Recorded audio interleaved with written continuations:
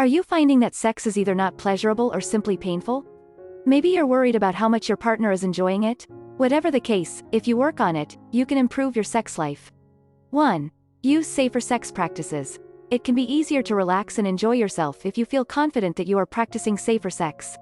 With this in mind, make a plan to make your sex life as safe as possible. Let to know your partner, and talk openly about your sexual histories. 2. Love the body you're in. Feeling self-conscious or embarrassed of your body can make sex needlessly uncomfortable. If you struggle with body image issues that are negatively affecting your sex life. 3. Communicate openly with your partner. No matter how well you may think you know each other, your partner isn't a mind reader.